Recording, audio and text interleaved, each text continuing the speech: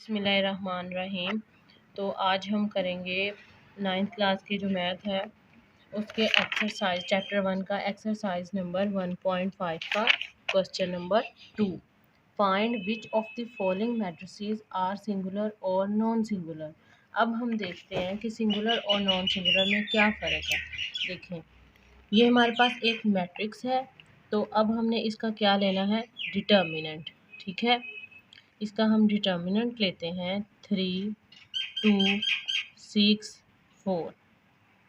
हमने इसका डिटर्मिनेंट लिया। अब हम करेंगे क्रॉस मल्टीप्लिकेशन। 3 को 4 से मल्टीप्लाई करेंगे, माइनस का साइन आएगा। 6 को 2 से मल्टीप्लाई करेंगे। 3 4s are 12 minus 6 2s are 12। It means कि इसका जो डिटर्मिनेंट ऑफ ए है वो 0 के इक्वल है। अब हम कहेंगे it is singular because determinant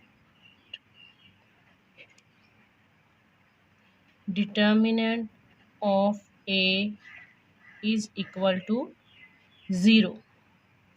determinant of A is equal to 0। ठीक है, अब ये देखें, सिंगुलर तब होगा अगर जो उसका डिटर्मिनेंट 0 आएगा तो फिर हम इसको सिंगुलर बोलेंगे। ठीक है, अब हमारे पास सेकंड है। अब हम इसका डिटर्मिनेंट लेते हैं बी। एक मैट्रिक्स है 4 3 1 2। क्रॉस मल्टीप्लाई करेंगे 4 2 minus 3 and 1। 4 2s are 8 minus 3, answer क्या आया 5। इट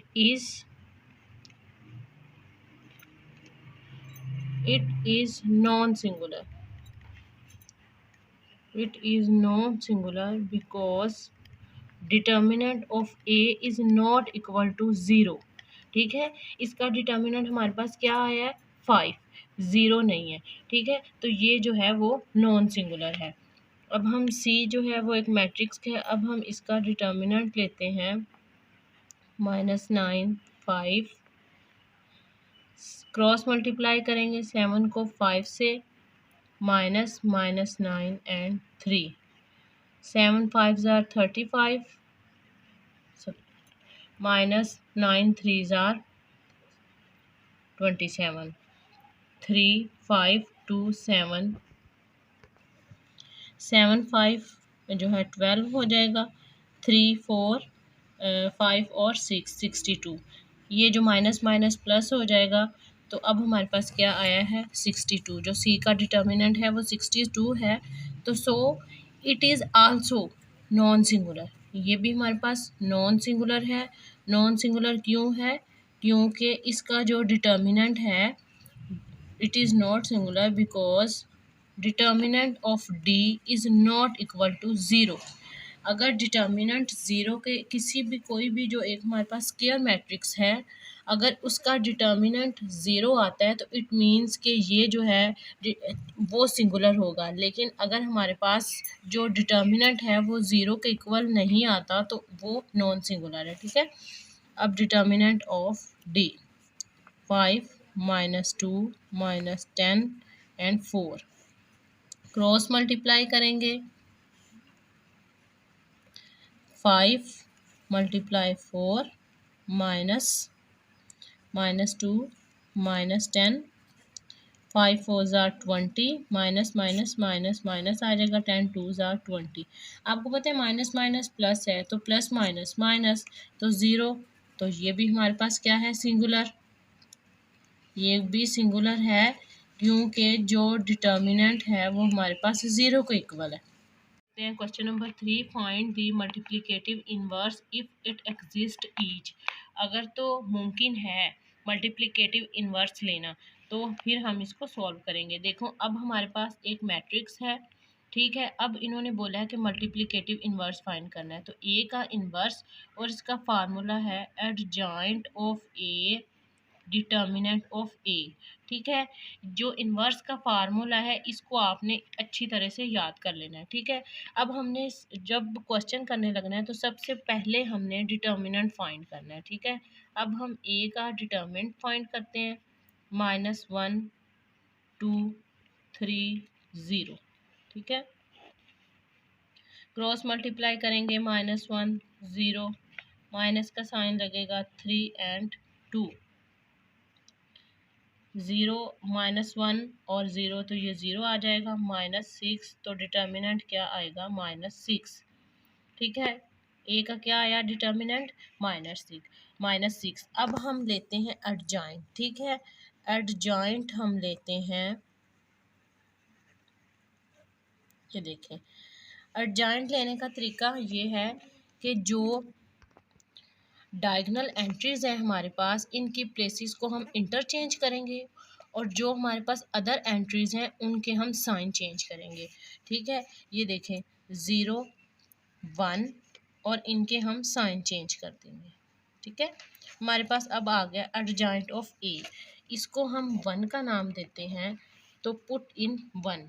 ठीक है, हमने क्या फाइंड किया, हमने डिटर्मिनेंट ऑफ ए भी फाइंड कर लिया और हमने एडजॉइंट भी फाइंड कर लिया। ठीक है, अब ये देखें, अब देखें ए का इन्वर्स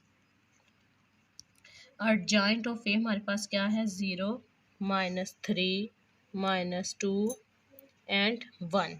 ठीक है, और डिटर्मिनेंट हमारे पास क्या है, -6। अब हम इसको जो है वो सिंप्लीफाई करते हैं, a -0 -6 -3 बाय -6 -2 -6 1 बाय, हम डिवाइड कर देंगे ना सबको उसके साथ। अब ये देखें, अब जो है ये 0 आ गया, माइनस माइनस से कट गया, 3 1 जार 3 3 2 जार 6 1 बाय 2 और -2 1 जार 1 2 3 जार 6 1 बाय 3 एंड -1 बाय 6। तो ये क्या हो गया, ये इन्वर्स जो है हमने इसका फाइंड कर लिया। अब हम बी का जो है वो इन्वर्स फाइंड करते हैं। इन्वर्स फाइंड करने से पहले हम इसका जो है डिटर्मिनेंट लेते हैं। ये देखें, बी का डिटर्मिनेंट हमने लेने लगे हैं 1 -3 2 -5। ठीक है, 1 -5 क्रॉस मल्टीप्लाई करेंगे, 2 -3 -5 माइनस माइनस प्लस 3 2 जार 6। ठीक है, 6 में से 5 को हमने माइनस किया तो हमारे पास डिटर्मिनेंट ऑफ बी का आ गया 1 आ गया। तो इट मीन्स हम जो है वो इसे सॉल्व कर सकते हैं, आगे इसका इन्वर्स भी हम फाइंड कर सकते हैं। B inverse adjoint of B और बी का डिटर्मिनेंट। ठीक है, हमने बी का डिटर्मिनेंट फाइंड कर लिया है। अब बी है हमारे पास 1 -3 और 2 -5। ठीक है, अब हमने इसका एडजॉइंट फाइंड करना है, एडजॉइंट ऑफ बी। मैंने आपको एडजॉइंट फाइंड करने का जो है वो मेथड बताया है कि जो हमारे पास डायगोनल एंट्रीज हैं उनकी प्लेस को हम इंटरचेंज कर देंगे। -5 1, ये देखिए -5 इधर चला गया, 1 इधर आ गया, और जो अदर एंट्रीज हैं उनके हम साइन चेंज करेंगे। ठीक है, एडजॉइंट ऑफ बी, अब हम इसको 1 का नाम देते हैं और बी इन्वर्स, ये जो वैल्यूज़ हमने फाइंड किए हैं अब हम इसमें पुट कर देंगे, -5 -2 3 1। इसके नीचे देखें, अगर डिटर्मिनेंट बी है वो क्या है, 1। अगर 1 है तो कोई फ़र्क नहीं पड़ेगा। ठीक है, इसको हम ऐसे ही राइट कर देंगे, -5 -2 3 1। ठीक है, तो इसका हमने इन्वर्स जो है वो फाइंड कर लिया। अब हम सी का डिटर्मिनेंट फाइंड करते हैं। इसमें ये देखें, सी का इन्वर्स जो है वो फाइंड करने के लिए एडजॉइंट ऑफ सी का डिटर्मिनेंट। अब हम सी का डिटर्मिनेंट फाइंड करते हैं, -2 3 6 -9। ठीक है, -2 क्रॉस मल्टीप्लाई करेंगे -9 -6 and 3। 9 2s are 18 minus minus plus हो गया -6 3s आर 18। तो ये क्या हो गया 0। तो जो सी का इन्वर्स है डज नॉट एग्जिस्ट, ठीक है, क्योंकि determinant of C is zero. Determinant C is zero है, तो जाहिर है अगर हम किसी भी मैट्रिक्स के नीचे अब ज़ीरो रखेंगे तो उसका आंसर जो है वो ज़ीरो ही आएगा। अब नेक्स्ट है हमारे पास एडजॉइंट। हमने क्या करना है, डी का इन्वर्स फाइंड करना है। उसके लिए एडजॉइंट ऑफ डी का डिटर्मिनेंट। अब हम डी का डिटर्मिनेंट फाइंड करेंगे, ठीक है। 1/2 3/4 1 एंड 2, ये हम इसका डिटर्मिनेंट फाइंड करेंगे। तो डिटर्मिनेंट हम फाइंड करेंगे 2 से कट गया 1 -3/4। अब हम क्या करेंगे, एलसीएम लेंगे 4 -3। तो अब हमारे पास क्या आया 1/4। ये है डी का डिटर्मिनेंट, ठीक है।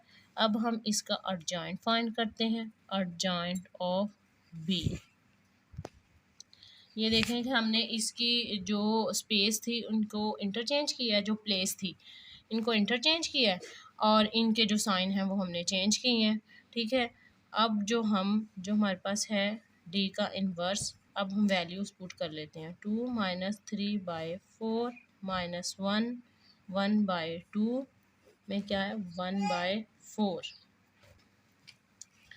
अब हम जो है वो 2 में ऊपर जाएगा तो 4 आ जाएगा, -3/4 तो क्या हुआ 4/1, -1 जो है वो इसी तरह ऊपर जाएगा 1/4 है ना, तो 1/2 तो 4 जो है वो ऊपर चला जाएगा, ठीक है। 4 2s आर 18, 4 को 4 से काट दिया -3, ये 4 ऊपर चला जाएगा -4 और 2 1s आर 2 2 2s आर 4। तो हमारे पास क्या आ गया, ये जो है वो डी का इन्वर्स हमने फाइंड कर लिया। उम्मीद है कि जो मैंने आज आपको समझाया आपको समझ आ गई होगी।